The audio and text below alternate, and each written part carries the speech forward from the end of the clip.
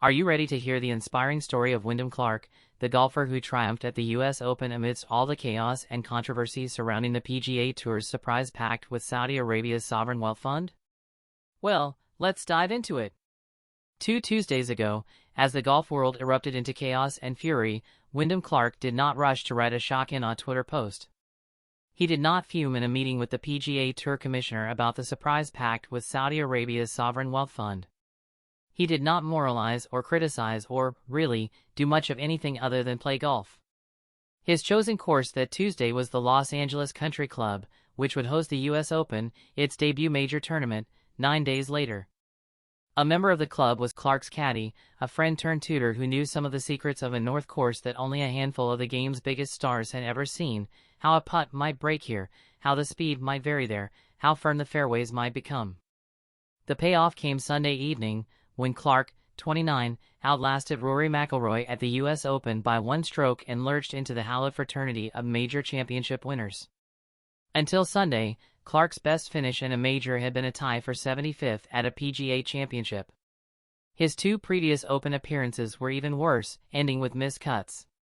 But his mother, his always-there supporter who died nearly a decade ago, used to offer an ambitious admonition: play big.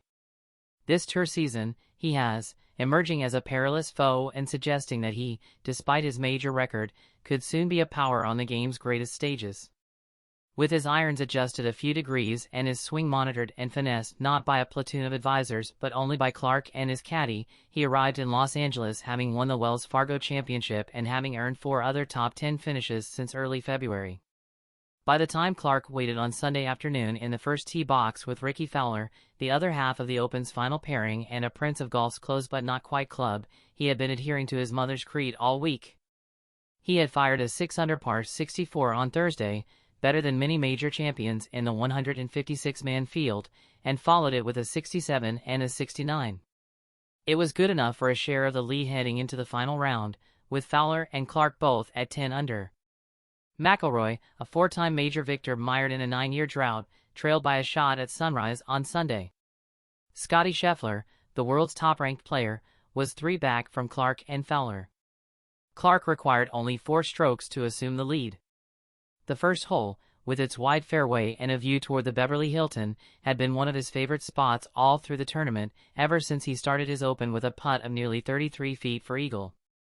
He did not achieve the same feat on Sunday, but his birdie was enough to take lone control of first place after a McIlroy birdie had allowed him to snatch briefly a share of the lead.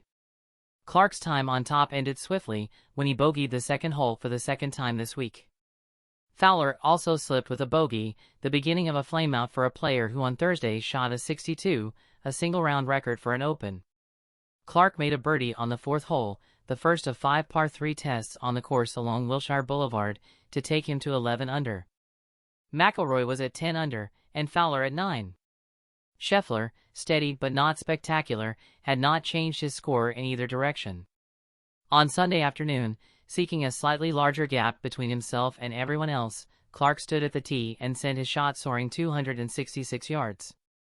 It came to rest in grass that was thick but, by the standards of some other locales on the course, not prohibitive. He cocked his head to the left, peered toward the pin about 54 feet away, looked down and swung. The ball crashed onto the green, rolling past the cup but setting up a short putt for birdie and a 2-stroke lead. It was on the 8th hole where Clark's advantage could have fully unraveled when his second shot landed in green vicinity foliage that looked more receptive to a scythe than a club. Clark's first escape attempt went all at 8 inches, according to tournament officials, a sum that seemed about 8 inches too high. He escaped by lifting a shot over the green into the right rough and ultimately saved bogey, his lead shaved to a stroke. Clark and McIlroy both played the front 9 to 34, 1 under. For Clark, it was a steady, unflashy performance, but one that kept him in control of the tournament. He made a crucial birdie on the 13th hole, sinking a 15-foot putt to move to 13 under par and regain a 2-stroke lead over McIlroy. The final few holes were tense, as McIlroy made a late charge with birdies on the 16th and 17th holes to cut Clark's lead to 1 stroke. But Clark held his nerve, making a clutch par on the 18th hole to secure his first major championship.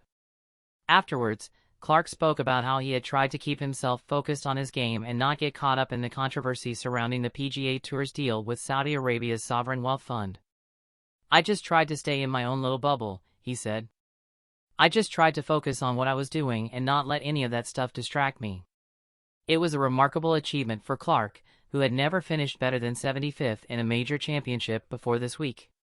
But with his steady play, his impressive ball striking, and his unflappable demeanor, he proved that he belongs among the game's elite. As he lifted the U.S. Open trophy, Clark couldn't help but think of his mother and the advice she had given him to play big. On this day, he had done just that, and he had emerged as a champion.